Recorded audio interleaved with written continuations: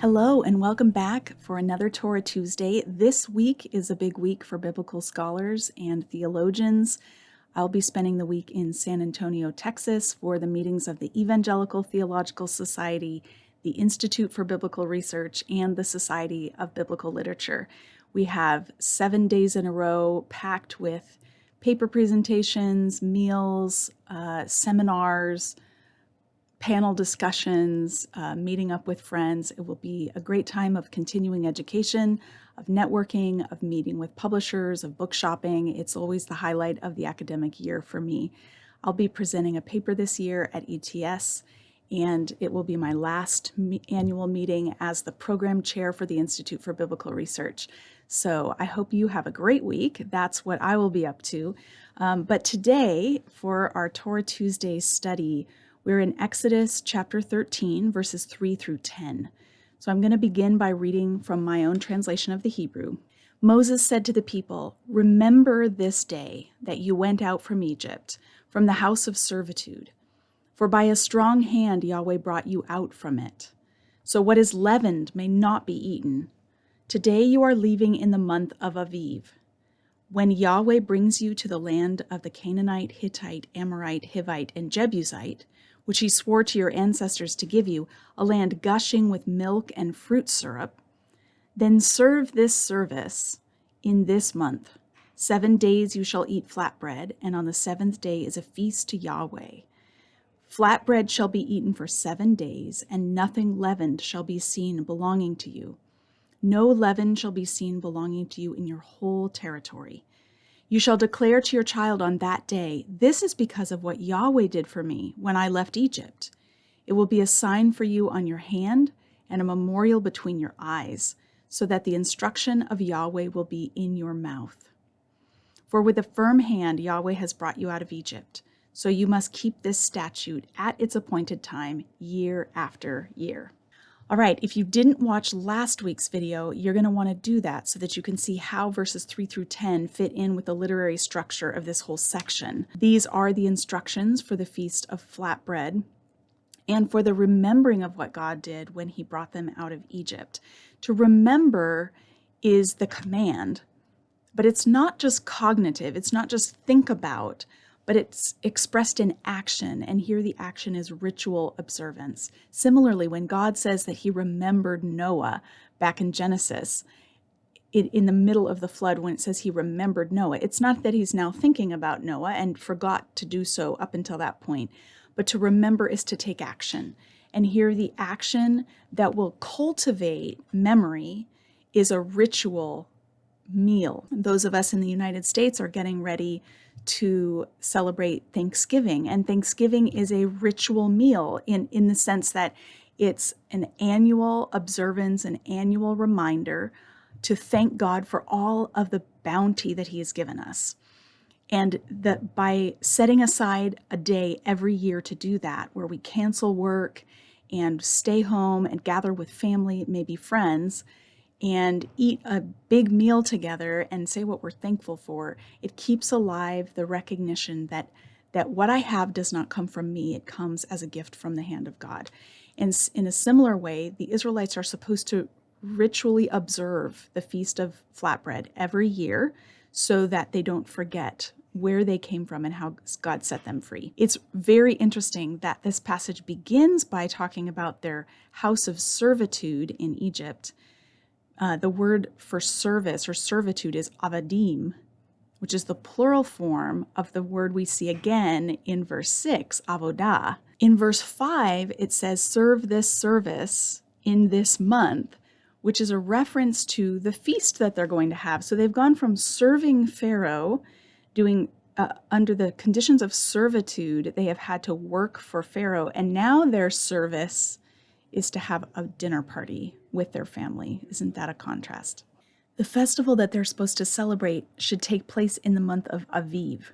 It's not entirely clear whether that's the actual name of the month or whether that's the description of when they're to celebrate it, because Aviv is a term that refers to soft new grain just as it's growing. It's a symbol of new hope.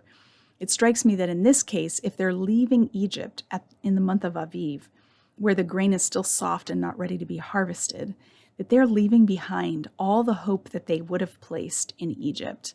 And they're being thrust in full and utter dependence on God in the wilderness, because they would have been coming to the end of their food stores from last year's harvest. And so they would not have much to bring with them into the desert. Verse 5 lists all of the nations that they are going to drive out of the promised land before they live there. And it's really interesting that they're mentioned here. First of all, the precise identity of these nations is not clear. They have overlapping boundaries probably, and some of them, like the Jebusites, are associated with a particular town, the town of Jebus, which becomes Jerusalem, but others, like Canaanite, is probably a more generalized term for anyone living in the land of Canaan. So they're not necessarily ethnic designations. But it's interesting that God encourages them, requires them to celebrate this festival, remembering liminal space, remembering their rapid, hasty departure from Egypt after they've come into the land. He doesn't want them to enter into the promised land, their destination, and then forget what they've been through as a nation. He wants them to keep alive the memory of this trauma and the memory of this deliverance. Passage mentions that the land is gushing with milk and fruit syrup. You've probably heard this as the land of milk and honey, so I thought I'd explain. Many scholars believe that this is not referring to honey made by bees, but actually a sweet syrup made from dates or other fruit in the land. And if that's right, then this is referring to milk that would come from their flocks and herds, and fruit syrup that would come from their agricultural development, from their orchards from which they get fruit syrup. So when they enter into the land of abundance, where they have more than they need, they're supposed to remember this time of a hasty departure with very little provisions. Entering Canaan is when this memory is essential, that they do not forget where they've come from. Verses 8 through 10 ensure that they'll pass on this memory from generation to generation. They are supposed to teach their children the why. Why are we celebrating this feast? Why do we eat flatbread for a whole week? Why don't we leaven the dough and let it rise? If children don't learn what God has done, they will forget. They will not know who they are. And this festival tells them who they are. In verses 9 and 10, even as Everett Fox puts it, even the body is pressed into the service of memory, where they're supposed to remember by it will be a sign on your hand and a memorial between your eyes. This is, of course, the foundation for the Jewish practice of wearing phylacteries, or the little boxes with the scrolls of the Torah or scripture portions rolled up inside and wrapped to the arm and forehead of Jewish men. But probably there's a symbolic value here of it being a sign on their hand and a memorial between their eyes. The hand symbolizes action, and it reminds the Israelites of the strong hand of Yahweh that brought them out of Egypt. The eyes symbolize perception. They watched what God did, and it showed them who God was. And the fact that they're supposed to remember between their eyes, that'd be on their forehead, that might evoke a contrast between the forehead of Pharaoh, where he had a snake or a uraeus symbol of his royal authority, versus the Israelite high priest, who wore a medallion between his eyes on his forehead, saying, "Holy, belonging to Yahweh." So this ritual is what's going to reinforce their new identity as the people who belong to Yahweh. This is the first passage in the Bible that refers to the Torah of Yahweh, or the instruction of Yahweh. And it's interesting that here it refers to ritual instructions. There will be many more instructions when they arrive at Mount Sinai, but for now, the instructions that they are to follow is a very clear procedure for the Feast of Flatbread, so that they can keep the memory alive of God's action on their behalf. Again, so striking, the contrast between the way Pharaoh exacted their labor and the way God is inviting them to the dinner table.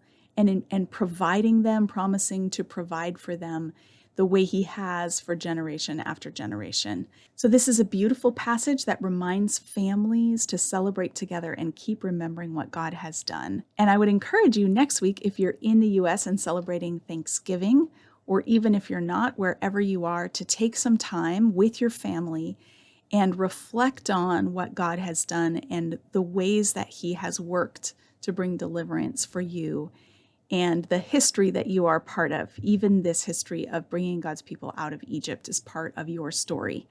And so celebrate that as a family and explain it to your children. We have to keep these memories alive because we are always just one generation away from complete lack of faith in God. Thank you and have a great week.